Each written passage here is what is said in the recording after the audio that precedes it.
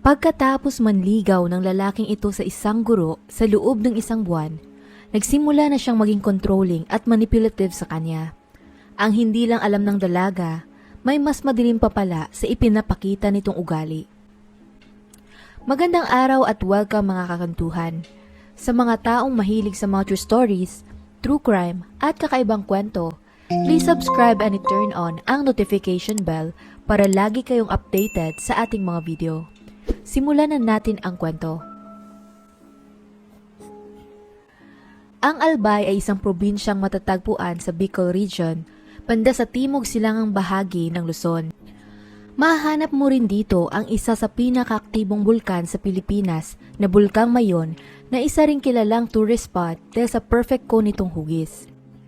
May populasyon ng probinsya sa kasalukuyan na mga nasa humigit kumulang 1.3 milyon katao at ang pinakakabuhayan sa lugar ay agrikultura, kagaya na lamang ng mga niyog, palay, asukal at abaka. Pagdating naman sa crime rate sa buong lalawigan, mula noong nakaraang taon, nagkaroon na sila ng halos 26% na pagbaba sa mga iba't ibang krimen na nagpapahiwatig lamang na malaki ang progreso pagdating sa seguridad sa kanilang lugar. Sa kabila nito, noong buwan lang ng Nobyembre, isang brutal na pamamaslang na naman ang naganap sa isang bayan. November 14, 2024, araw ng Huwebes, iilang residente ng Barangay Santa Misericordia, Santo Domingo, Albay, ang tumawag sa pulisya upang mag-report na may natagpuan silang isang bangkay. Ayon sa ulat, ang biktima ay naliligo sa sarili nitong dugo, tadtad ng saksak at basta na lang iniwan sa tabi ng kalsada. Katabi lang ng bangkay nito ang kanyang bag na naglalaman naman ng wallet, ID at iba pang mahalagang bagay ng biktima. Gayunpaman, ang isang bagay na obvious mong mapapansin, walang kahit anong nawawala doon, lalo na ang pera nito. Kalaunan pagdating ng mga otoridad, doon na nila nadiskubre ang pagkakakilanlan ng dalaga bilang ang 25 years old na guro na nagngangalang Daryl Bea. Kaya ang katanungan sa isipan nila ng puntong iyon, paano naman kaya ito humantong sa ganoong kalagayan at sino ang may gawa ng karumal-dumal na krimen? Sa pagsisimula ng investigasyon, una nilang tiningnan ang mga CCTV camera sa area kung saan sa isang kalye na mataan niyang dumaan doon ang guro, mga ilang oras lang ang nakakaraan. At ang pinaka-importanting bagay na napansin nila, hindi ito mag-isa kundi nakaangkas siya sa isang motorsiklo na ipinagmamaneho naman ng hindi pa natutukoy na lalaki. Sa kanilang isipan, kung sumakay kasama nito ang biktima, malaki ang posibilidad na magkakilala lang din ang dalawa. Kaya upang matukoy kung sino ang salarin, inalam pa nila kung sino nga ba si Daryl Bea at anong klaseng buhay ang meron ito. Si Daryl Barcela Bea, o mas kilala din bilang Teacher Da, ay pinanganak noong March 29, 1999 sa probinsya ng Albay. Para sa mga nakakakilala sa kanya, isa itong masayahing tao, palakaibigan, at isa ring mabuting anak na may malaking ambisyon para sa kanyang pamilya. Noong siya ay bata pa, pangarap na nitong maging guro, kaya nang tumapak siya sa kolehiyo, nag-aral ito sa Bicol University upang kumuha ng kursong education. Nagsumikap si Daryl sa kanyang pag-aaral, hindi lamang para sa kanyang sarili, kundi para na rin sa kanyang pamilya. Kaya noong taong 2022, pagka-graduate niya sa universidad at pagkapasa niya sa board exam, nakatulong na siya ng malaki sa kanyang pamilya bilang isang breadwinner. Nagsimula itong magtrabaho kalaunan sa Bonga National High School, kung saan lubos siyang minamahal at ginagalang ng kanyang mga estudyante, gayon na din ang kanyang mga kapwa-guro. Pagdating sa pagtuturo, masasabi mong napaka-passionate nito sa trabaho. Hindi lamang siya concerned sa mga batang nasa ilalim ng kanyang pangangalaga sa loob ng classroom, kundi hanggat sa makakaya nito, tinutulungan niya rin sila sa ibang mga bagay. Sa pagtuturo niya itinuon ang sumunod na taon ng kanyang buhay, hanggang noong September 2024, may nakilala siyang isang lalaking sumubok na makuha ang kanyang puso. Ang binatang ito ay kinilala bilang si Ryan Caturza Carale na 28 years old naman. Nang ipinapanganak noong January 24, 1996, mga 3 taon din ang agwat ng kanilang edad sa isa't isa. Tubong Bicol si Ryan, kagaya ni Daryl, at isa itong residente ng Barangay 10 Bakakay, Albay. Dahil sa parehong lugar lang sila nakatira, ilang beses na rin nagtatagpo ang kanilang landas, kaya hindi na naiwasan ng binatang mapansin ng guro. Sa unang mga linggo na nanliligaw siya sa dalaga, maayos naman ang pakikitungo nito kay Daryl at maging sa kanyang pamilya. Nagmula si Ryan sa isang may kayang angkan, kaya mukha rin itong marespeto, mabait at matino. Sa katunayan, may isang beses pa nga daw na nag-donate ng dugo si Ryan nang kinailangan ito ng mga magulang ni Daryl. Dahil doon, noong nalaman nila ang malagim na sinapit ng kanilang anak, alam na nila kaagad na siya ang huling kasama ng dalaga.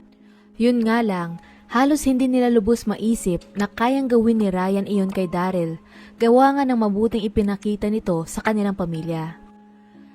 Gamit ang impormasyong iyon, agad na siyang pinangalanan ng mga otoridad bilang ang pangunahing suspect sa krimen. At sa pinagsamang puwersa ng PNP Bakakay at PNP Santo Domingo, nagsagawa na sila kaagad ng plano para hulihin ito.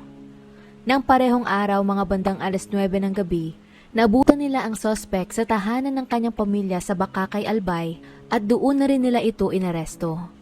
Sa may garahe, nakuha din ng pulisya ang motor na pinagmamaneho nito kasama ang biktima noong umaga, kung saan may nakita pa nga silang mga talsik ng dugo. Bukod pa doon, napansin din nilang may mga sugat ang mga kamay ng suspect na nagpapakita lamang na nanlaban ang dalaga sa kanya habang ito ay sinasaksak. Hindi naman nanlaban o sumubok pang tumakas si Ryan sa mga otoridad nang hinuli nila ito at kusang na lamang siyang sumama sa kanila sa presinto. Yun nga lang, tumanggi siya na magbigay ng kahit anumang pahayag hinggil sa krimen. Habang siya ay nasa kulungan, tumungo din doon ang pamilya ni Daryl at mararamdaman mo talaga ang hindi nila maitagong galit at pighati dahil sa ginawa nito sa kanilang anak.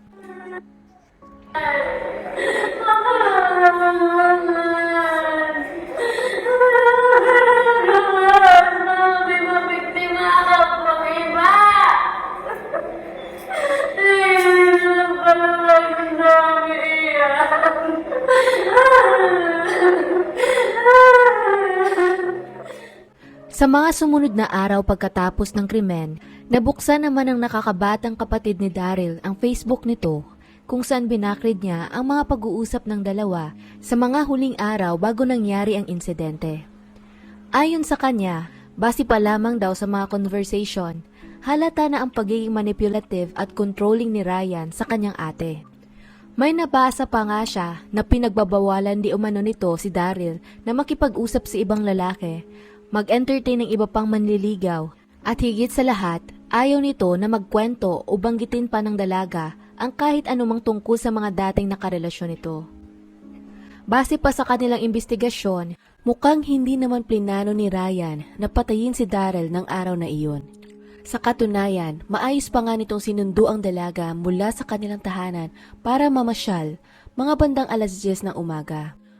Pero sa gitna ng kanilang date, nagkaroon sila ng pagtatalo tungkol sa mga pinagsisalosa ni Ryan. Nagpatuloy ang kanilang pag-aaway hanggang sa kanilang biyahe na nang dumating sila sa liblib na bahagi ng Barangay Santa Misericordia, doon na itinigil ni Ryan ang kanyang motor sa tabi ng daan. Dala ng kanyang hindi makontrol na galit, naglabas siya ng kutsilyo at paulit-ulit na sinaksak sa katawan ang dalaga. Nanlaban din naman noon si Daryl, kaya nagtamo din ng mga sugat si Ryan sa kanyang braso at kamay, pero wala nga lang nagawa ang lakas nito kumpara sa isa. Pagkakita niyang bumagsak na sa lupa ang guro, dali-dali din siyang umalis sa crime scene nang iniiwan lamang ang naghihingalong si Daryl sa daan. Ang isang nakakalungkot na bagay pa sa kasong to, hindi iyon ang unang beses na nakapatay si Ryan ng tao. Dahil noong taong 2019, nang siya ay 23 years old pa lamang, nalagay na rin siya sa parehong sitwasyon. August 27, 2019, mga bandang 6:20 ng gabi, natagpuan ang wala ng buhay na katawan ng isang estudyante na tadtad rin ng saksak sa San Antonio, Tabaco City. Ang biktima ay kinilala bilang si Jacqueline Celona, na 19 years old at nag-aaral sa Dr. Carlos S. Lanting College. Nangyari ang insidente mga bandang 5:55 ng hapon at ayon sa mga ulat, nagselos din daw si Ryan sa isang lalaki kaya napatay niya ang nobya.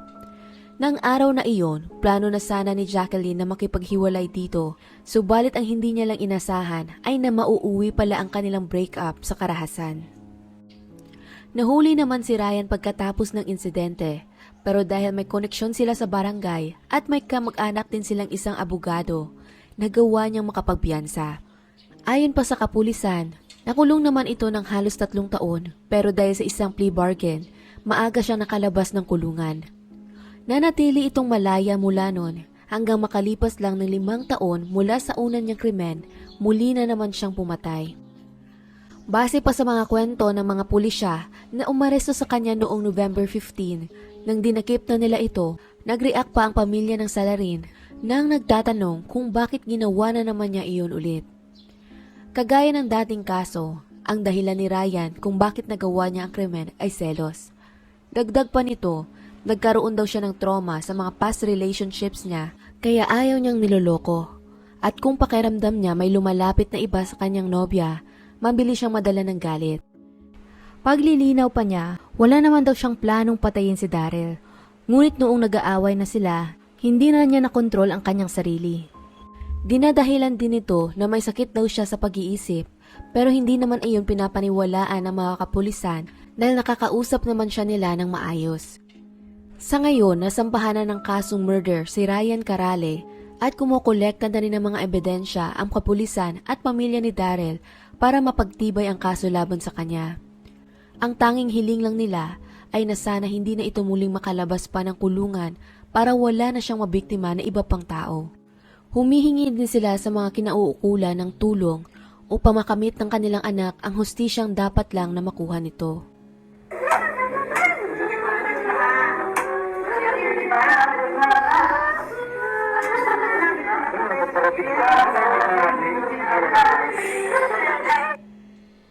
Si Teacher Daryl Bea ay isang mapagmahal na tao sa kanyang mga magulang at kapatid. Naglilingkod siya ng tapat bilang isang magaling na guro at siguradong nakapag-iwan na siya ng malalim na marka sa ilang daang estudyanteng naturuan niya. Sa kasamaang palad nga lang, nakatagpo siya ng isang demonyo na nagpapakunwaring anghel. Nakagawa na si Raya ng kasamaan dati at halata naman na hindi talaga siya natuto sa kanyang pagkakamali. Ang kanyang pagiging possessive, controlling at manipulative sa mga babaeng naging karelasyon o nililigawan niya ay sobra-sobra na wala na itong pakialam sa kung ano man ang magawa niya. Mukhang kumpiyansa din siyang pumatay ng tao dahil siguro nalusutan na niya dati ang pagpatay sa kanyang nobya noon. Ni hindi man lang nga siyang tumakas dahil malamang kampante itong kaya siyang iligtas ng koneksyon at pera ng kanyang pamilya mula sa pagkakabilanggo. Naway sa pagkakataong ito, hindi na siya muling bigyan pa ng tsansang makalabas kahit pa may koneksyon sila sa mga politiko o kahit pa meron silang maraming pera. 2 tao na ang kanyang nabiktima, kaya ilang tao pa ba ang kailangang mamatay para lamang mapagtanto ng mga otoridad na isa siyang panganib para sa komunidad. Sa kasalukuyan, nangako naman ang mga kapulisan na tututukan nila ang kaso at nasisiguraduhin nilang magbabayad ito sa kanyang krimen. Hindi pa man nagsisimula ang paglilitis, pero sana sa pagkakataong ito, manaig na ang hustisya at matanggap nito ang nararapat na parusa para sa kanya, ang makulong ng panghabang buhay. At hanggang dito na lang ang kwento natin para sa araw na to. Anong masasabi ninyo sa kaso? Kung nagustuhan niyo ang video na ito, maaari mong i-check ang ating channel para sa iba pang mga kwento. Muli, salamat sa inyong pakikinig at hanggang sa susunod mga kakwentuhan.